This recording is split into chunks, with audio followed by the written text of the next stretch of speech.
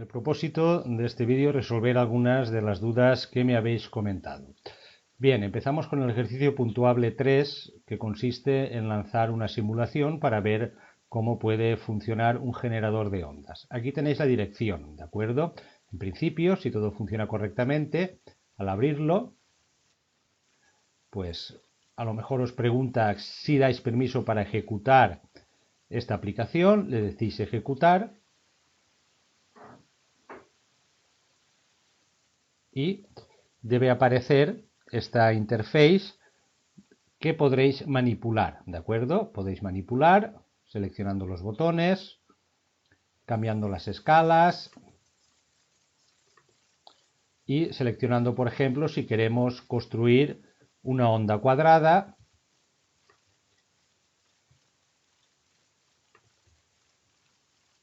¿de acuerdo? Pues con una determinada frecuencia,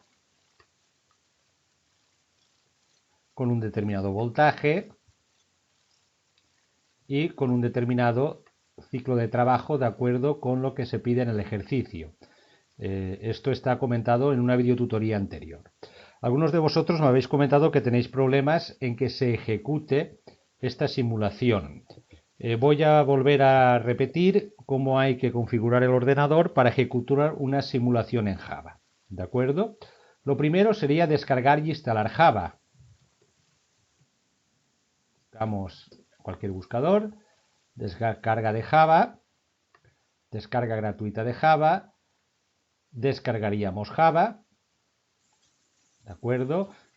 Aceptaríamos la descarga gratuita y a partir de ahí pues guardaríamos el archivo y al apretar ahí se iniciaría todo el proceso de descarga en el ordenador del programa de Java. De eso creo que no habéis tenido nadie ningún problema, ¿de acuerdo? Posteriormente, después de descargar Java, seguramente será necesario que cerréis el explorador, lo volváis a abrir y volváis a intentar ejecutar esta simulación. Puede ser que en algún caso os pida reiniciar el ordenador, aunque no suele ser habitual. Aún así, puede ser que no os funcione, ¿de acuerdo? Primera consideración, no utilicéis el navegador Chrome, porque el navegador Chrome no acepta apples o simulaciones en Java. El Internet Explorer en principio sí y no tiene por qué dar problemas. Puede ser que los dé. Si tenéis problemas con el Internet Explorer, os recomiendo que probéis el Firefox. Yo lo estoy ejecutando en Firefox. Si aún así os da problemas, es tal vez porque tengáis que activar Java en vuestro navegador. Comprobamos. Activar Java en el navegador, en el explorador web. Bien, ¿cómo lo activo? Pues aquí os da la explicación de cómo activar Java en el ordenador web según sea vuestro navegador. Si es un Internet Explorer, si es un Firefox o si es un Safari. ¿De acuerdo? En Firefox, ¿qué dice? Habla el explorador o reinícielo si ya se estaba ejecutando. Cerrarlo y volverlo a abrir. En el menú de Firefox seleccione herramientas y en complementos. Pues bien, vamos aquí y aquí tenemos complementos. Se nos abrirá complementos, tendremos que ir a plugins y tenemos que ver si tenemos activados los plugins de Java. Por aquí aparece un plugin de Java, por lo tanto está activado, activar siempre, ¿de acuerdo? Aquí se puede escoger, preguntar para activar, no activar nunca. Bueno, pues nosotros decimos que active siempre. Continuamos buscando y aquí nos aparece otro plugin de Java, ¿de acuerdo? Nos da un aviso y la opción que nos da es preguntar para activar o no activar nunca. Pues bien, preguntamos para activar. Por eso antes, cuando he lanzado la simulación, me ha preguntado si quería activar esa simulación. Segundo paso, activar, ¿de acuerdo? La ejecución de Java en nuestro navegador. Simplemente preguntando en Google cómo activar Java en el navegador. Aún así, no os puede funcionar. ¿Por qué? Por motivos de seguridad. Vamos y copiamos la dirección de Internet desde donde queremos lanzar nuestro Apple de Java. Yo he seleccionado la dirección y he hecho un control copy y la he copiado.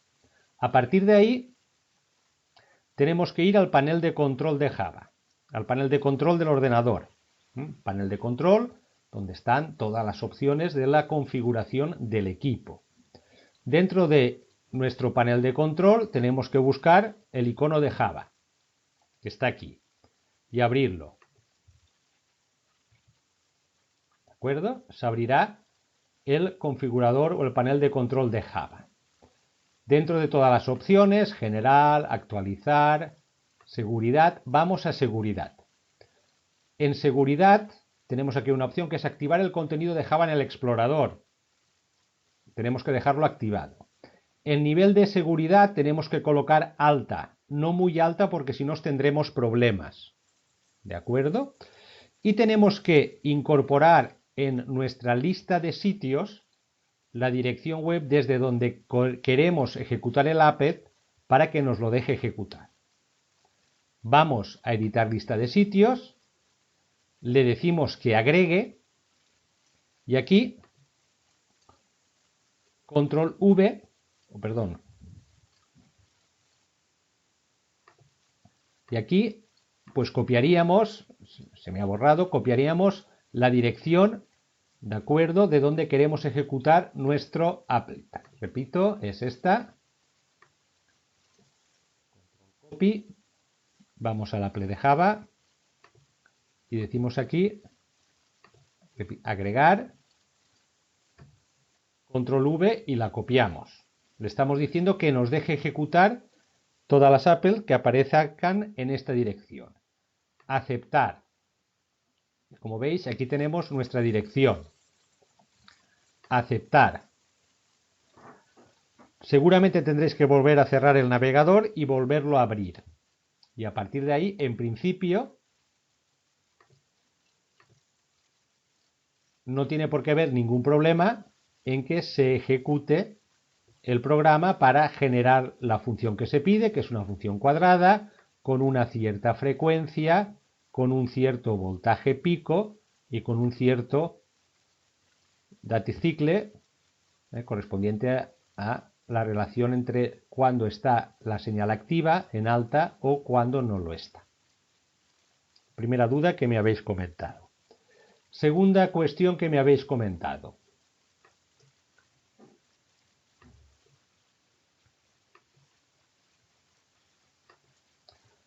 En un ejercicio que era utilizar pues este pequeño simulador de circuitos, primero para construir un circuito y su circuito equivalente cuando hay dos resistencias en serie. Eso lo explicamos explícitamente en una videotutoría y parece ser que está claro.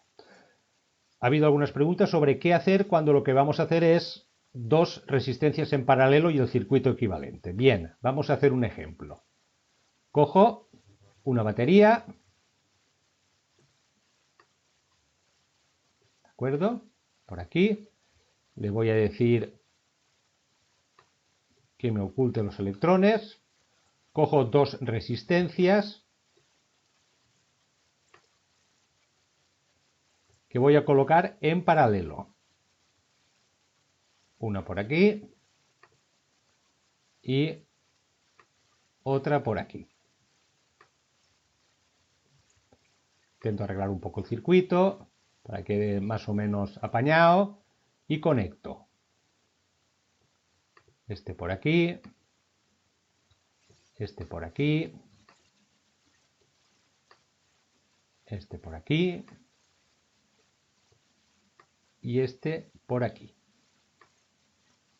¿De acuerdo? Puedo intentar hacerlo un poco más bonito, voy un poco rápido. ¿De acuerdo? Tengo un circuito con una batería, corriente continua y dos resistencias, ¿de acuerdo?, en paralelo. Selecciono la batería y voy a ver, por ejemplo, el voltaje. 9 voltios, pues voy a subirlo un poco a 10.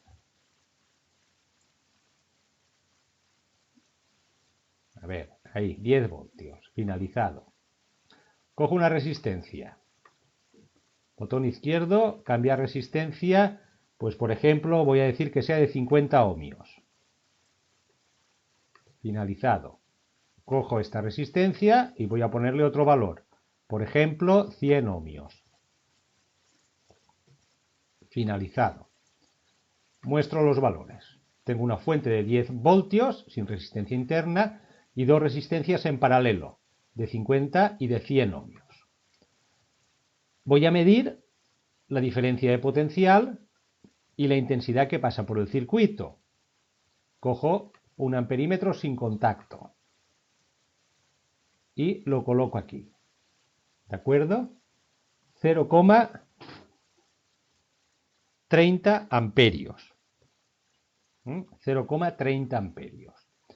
Y, pues por ejemplo, si quiero medir la diferencia potencial, pues la diferencia potencial entre las dos partes del circuito, obviamente, son 10 voltios. Después de pasar por las dos resistencias, he consumido los 10 voltios.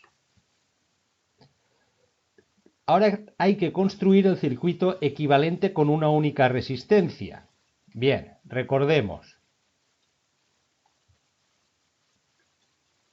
Cuando las resistencias están en paralelo, 1 dividido por la resistencia equivalente es igual a 1 dividido por una de las resistencias más 1 dividido por el valor de la otra resistencia. Por lo tanto, 1 partido por la resistencia equivalente es 1 dividido por 50 más 1 dividido por 100. Si hacemos esa operación, 1 dividido por la resistencia equivalente es igual a 0,03 y por lo tanto la resistencia equivalente será 1 dividido por 0,03,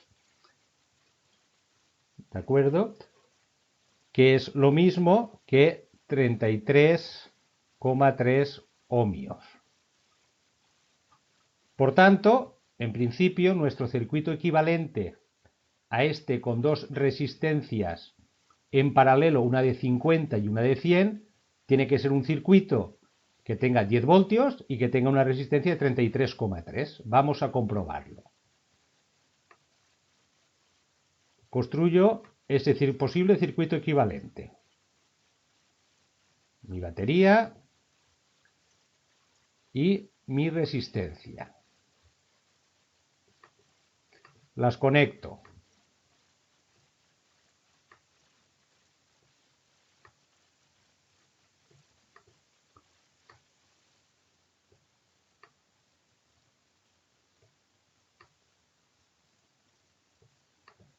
La batería tiene que ser de 10 voltios.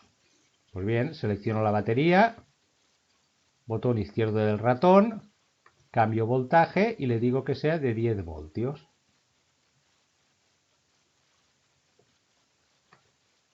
Y la resistencia equivalente tiene que ser de 33,3 ohmios. Selecciono la resistencia, la cambio y coloco más o menos el valor de 33,3.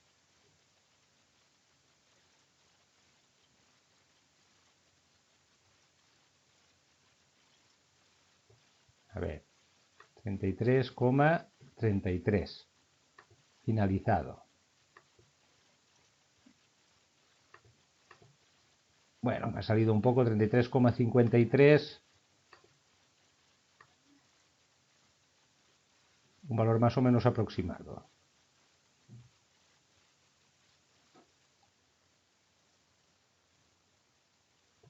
Bueno, vamos a dejarlo ahí. Más o menos 33,3, un poco más. Este circuito básicamente tiene que ser el mismo que este, tiene que ser equivalente. La diferencia potencial entre los ambos extremos,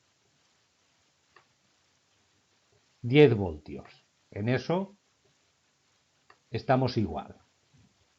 La intensidad tiene que ser parecida, será un poco diferente porque no hemos colocado exactamente 33,3. Pero si es 0,30 amperios y medimos aquí, pues prácticamente la misma, en este caso la misma, con dos cifras decimales. 0,30 amperios, 0,30 amperios. Por lo tanto, este circuito con una batería de 10 voltios y dos resistencias en paralelo de 50 y 100 ohmios es equivalente a este circuito con una batería de 10 voltios y una resistencia de unos 33,3 más o menos ohmios. ¿Por qué? Porque el salto de potencial de voltaje es el mismo, 10 voltios, y porque la intensidad que pasa por el circuito, 0,30 amperios, 0,30 amperios, por la rama principal del circuito, es la misma. Esta sería una resolución posible de ese ejercicio. ¿De acuerdo? Estas son las dos dudas que algunos me habéis comentado y que espero que queden resueltas.